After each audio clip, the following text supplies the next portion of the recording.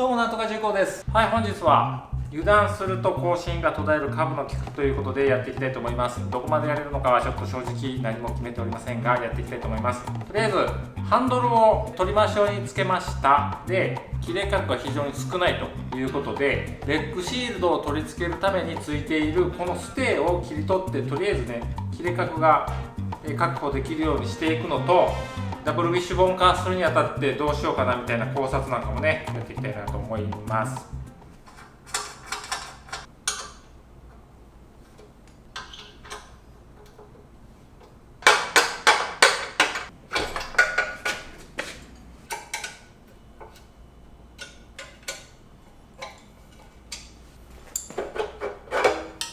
はい、これね、とりあえずでつけてる 3D プリンター製のトップブリッジですね。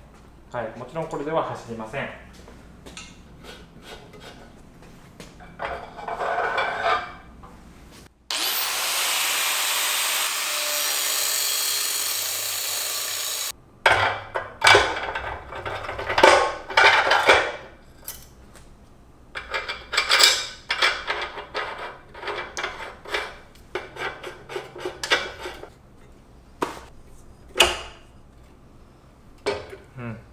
だいぶ切れるようになった。はい、オープニングをね、撮りたいがために下ろしたんですが、また作業台の上に乗せましたということで、ちょっとね、ステーを切ったことによって、ハンドルの切れ角が十分すぎるほど切れるようになりました。これはこれでね、ハンドル切れすぎなんで、別途切れ角はね、調整しようかなと思います。さて、ダブルウィッシュボーン化するにあたって、いつかはやらないといけない決断ということで、ここを切り取ってしまおうかなと思います。取り返しのつかない感じがね、嫌ではありますが、進まないということで切っちゃいましょう。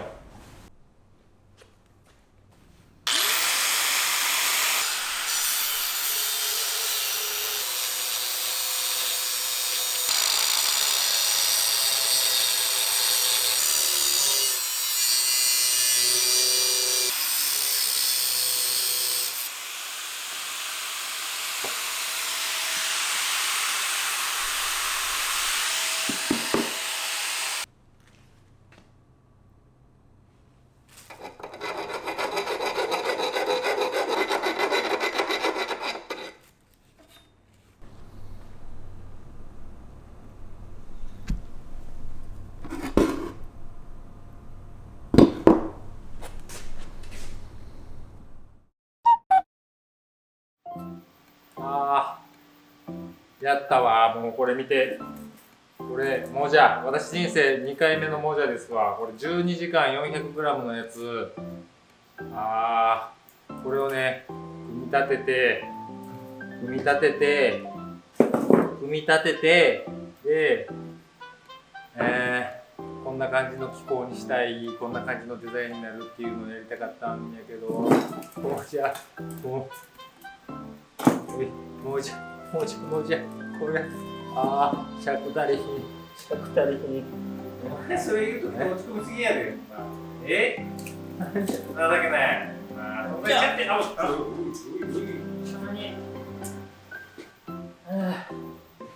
はい、というわけでですね、こちら12時間の印刷を失敗したことによって計画が大幅にずれ込みまして、12時間の印刷もう1回やり直しております。そして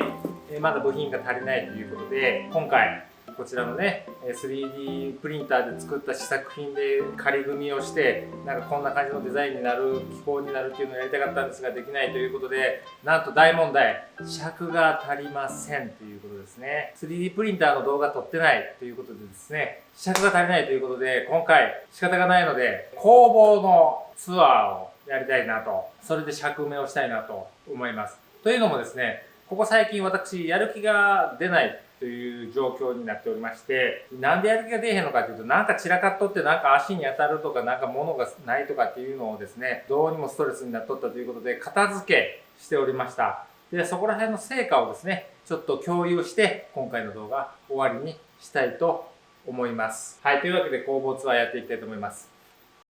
はい、というわけでですね、こちら以前の動画でですね提供いただきました CD の XCF Pro、はい、こちらでやり直しております。こちらですね。はい。まあせっかく試作するんやったらちょっと ABS とかそういうね PC とかカーボンとかそういうエンジニアリングプラスチックでやりたいなと思ってたら失敗しちゃったということですね。今やり直してます。今ポリメーカーの ABS で再印刷をやっておるんですが、非常に順調。はい、あと数時間もあれば印刷完了するのかなと思います。はい、でこちらちょっとねケースを作ってちょっとマウントをね変えてあります。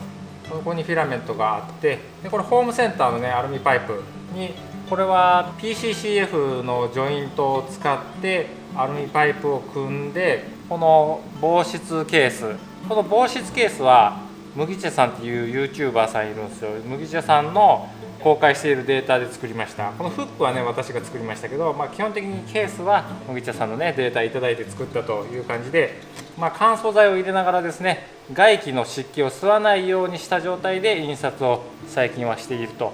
いう感じですね。いいでしょこれね、いいでしょ。はい、こんな感じでですね、ちょっと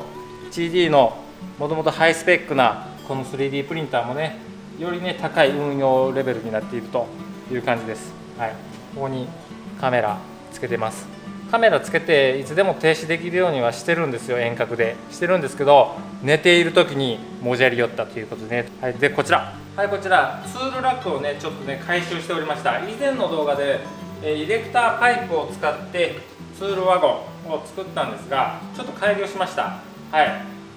ちょっと斜めにしてたやつをちょっと90度に変えて両面使えるようにしたのと、CR30 でやってたかな、 CR30 のクリエリティの CR30 のレビュー機をいただいた時に作ったこちらのソケットラックとこのレールを取り付けしまして、で他いろいろねアタッチメントを作ることによってツールラックを拡充しておりました。はい、非常にいい感じになってきたと。こんな感じでねすぐ取れる。しかもこれフレンチクリートという方式で、木工界隈では結構有名なね収納アイデアなんですが、こちら 3D プリンターでフレンチクリートを作ったよという感じです。こんな感じでねパッと外してパッとレイアウトを変えれるみたいな感じになっております。はい、こんな感じでね、これはアストロのレンチフック何だったっけ忘れたけどなやつに、この 3D プリンターで作ったアタッチメントをつけることによって、再利用しながらやってるとね、ハンマーこうやってすぐ取れる、ソケットもひょいっと取れる。はいね、すぐ直せる。いいでしょ。はい、はい、こんな感じですね。まだねこんな感じでちょっとねあぶれてるやつもいますが、こんな感じでそのうち収納していくと。ちなみに裏側はこんな感じでですね、まだガラガラしておりますので、まだまだ収納力には余裕があるという感じになっております。はい、そしてこっちね棚を作って、こんな感じで六角レンチのスタンドを作ったりとか、そういう細かいことをやってましたね。あとこれ最近買った、クニペックスの何やったっけ、プライヤーレンチやったかな、何やったかちょっと忘れたんですけど、めちゃくちゃ便利なんですよ。なんせそのここら辺で使うレンチ系って結構たくさんあるんですけど、これ1本で結構賄えてしまうっていう点で非常に便利、しかも使いやすい。はい、で、150を買ったんですよ。150を買ってちょっとと思ったのが、180からやったらここメモリがついてるんですよね。メモリがついてるんですけど、150にはついてない。はい、で絶妙にねこう変えるのはそんな難しくないですけど、どこにセットしたかが分からんので、メモリがあった方が良かったっていう点で180でも良かったかな。でも150のサイズ感でも非常に調子いいんで、満足はしている。はい、満足はしている。である程度前のまんまなんですけど、これね前作ったやつね、これ非常にある程度前のまんまなんですけど、こういう感じの収納、これは多分前紹介したことがあると思うんですけど、その下、はい、ツールが増えてきたことによってもうちょっと収納しきれないものが、居場所が決まっていないものが増えてきた。はいね、ここら辺とかごちゃついている。はい、というわけでですね、ここら辺も収納を今制作中という感じですね。こういうのがね気になって仕方がないということで今制作中です。はい、ここら辺ね非常にカオスやったんですが、かなり整理した。ここら辺が一番成果があるというわけでちょっと見ていきたいんですけど、ボール板とかいろいろあったんですが、ここちょっとねポールを立てて電源とか、バッテリーとかを充電するスタンドにしてます。加えてこちらエアガン、ここに挿してあるんですけど、エアガン、ホースつながってると出てくると、そして多少押さなあかんけど収納がそのままできるということで、エアつながってないわ、今エア入れてないわ。こんな感じで電源があり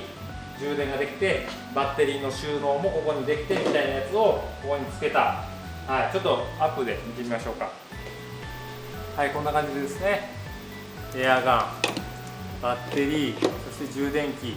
ここにねこういう感じで充電できる。今スイッチ切ってますけどね、できるようになってると。コンセント、結構タコ足になってますけど、1個ずつしか基本的に使わないんでいいだろうというふうに考えてます。ボール板と両頭グラインダーとバンドソー、このハンダゴテ圧入機を同時に使うことはないでしょう。せいぜい、充電しながらボール板とかぐらいならあるとは思いますが、基本的に1台ずつ使うということでタコ足やけど。そしてこちら最近ねちょくちょく使ってるんですけど、熱圧入インサート圧入機、これでね、やったりしてます。非常に便利ですね。でこれ CT の 3D プリンターで ABS で作成し直しましたというのも TPU で作ったんですけど、変形した。熱に強い ABS ならいけるかもしれない。あれなんですけどね、一応取っ手の範囲で使うんですけどね、このちょっと容量大きめのハンダゴテを使い出してから取ってましたね。というわけで、もし ABS でもダメなら PA 使いたいなと思います。で、固定してないんですけど、バイスここに設置しようかな。そのうち固定しようと思います。ボール板もね、これボール板も固定してないんですよ。後ほど固定したいんですけど、今固定してない理由としては、キリコをね受けれるトレイをつけてから固定したい。でここ下、この下中キリコめっちゃたまるでしょ。これがね嫌なんですよ。だからちょっと浮かした状態でトレイをつけた上で固定したいと。ここにねほうき、これほうきじゃないけどほうきでパパパッと下が履けるようにねしたい。で、両頭グラインダーとバンドソーとなっております。これもねまだ固定してないです。同じようにねトレイとかはねつけたいなと。で下にこういう金属材料とかとりあえず置いてる。もうちょっとうまいこと収納したいなとは思ってますけどね。でこれ板曲げベンダーと3本ロールですね。これは前々から持ってたけれども、こっちのバイスに固定したりとかして、なんとか使ってた状態なんですけど、これ 3D プリンターで土台をね作成してもうテーブルにがっちり固定した。これによってもう思いつきですぐ使えるね、思いつきですぐ使える。こんな感じですぐ使えるようになった。もうフットワークが大事なんでね、ものづくりは。あとさっきから照明をねちょっといろいろ動かしてるんですけど、これ 3D プリンターと、ホームセンターのパイプでご覧のように照明の足を作ったことによって、撮影の時にねこう光源を移動できるように、なりました。これも非常に便利です。ここら辺は撮影機材がごちゃっとなっておる。これもなんとかしたい。もうこういう細かいところが気になって仕方がない。これは以前購入したシューターの回転キャビネット。相変わらず便利で使っております。結構もうすでにたくさんのネジ在庫いっぱい入れてる。あと3D プリンターでこういうのを作ってちょっと少ないめのやつも収納したりとかで、今考えてるのはこういうテープとかこういうのをねここにねスタンドとしてかけときたいですよ。3D プリンターじゃなくてもいいですけどね、このままピッとハサミでちょきっと切ってテープを使えるようにしたい。この上でこれは3D プリンターで使う定着剤ですね。テープっていう定着剤です。そしてこちら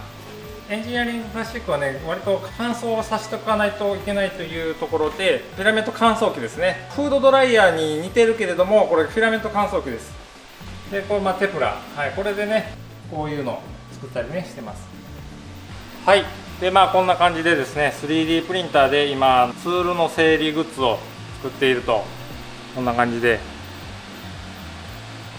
はい、エニーキュービックのバイパーやったかな、まあ、こんな感じでですね非常に安定しているので、2個取りとかやってもね全然失敗率が高くならない、もうほぼ成功するんで、まあ、非常に安定感のある機体ということで、非常におすすめです。はい、そしてこちらエンダー7となっております。エンダー7ほんまはちょっと感じのねかっこいいカバーがついてるんですけど、エンクロージャー化したいなと、こう保温ボックスみたいに囲って ABS とか PC とかやれたらいいなと思って、カバーを外していろいろ設計の準備をしているところで CD さんのね最強の 3D プリンターが提供されたということでちょっと放置気味なんですが、こいつもねエンクロージャー化して ABS をやりたいなとは思ってるんですよね。こいつのノズルは 0.4 で、ほんで CD さんの方は 0.8 にもう交換済みなので、細かい造形の ABS をこいつでやれたらいいなっていうのがねあります。非常に速くて造形も綺麗と、はい、カバーを取ったことによってむしろかっこよくなったかもしれない。はい、でこちら提供いただきました四塚のティグ溶接機、プラズマ切断機、そして鈴木キットさんの半自動溶接機バディというのもこの棚の方にね移動しました。これでね割とすぐ稼働することができるようになりました。ちなみに棚はねこちら、この棚はねクスンガレージさんから引っ越し祝いでいただいた棚となっております。非常にね有効に活用させていただいております。容量も抜群にあるし、板なんでね網とかではなくて板なんで非常に物が置きやすいということでね便利に活用させていただいておるという感じです。はい、というわけで思いもよらぬトラブルで尺が足りないということで工房ツアーをさせていただきました。まあ隣がね豚骨くんの工房というか、まあ同じ工房の中で区分けして使っているんで、まあ豚骨くんの工房のツアーもそのうちされるでしょう。はい、こんな感じでですねちょっと整理整頓をしました。はい、3D プリンターも頑張って稼働しております。はい、そんな感じでですね、ちょっとフットワークが軽くなる状況となりましたので、株の方もねバリバリ進めていくと、その予定と、もうフレーム切っちゃったんでねやっていくしかないという感じです。はい、次の動画では仮組みができた状態から始めていきますので、どうぞよろしくお願いいたします。はい、というわけで今回の動画は以上になります。面白かった、参考になったという方いらっしゃいましたら、グッドボタン、チャンネル登録どうぞよろしくお願いいたします。というわけでご視聴ありがとうございました。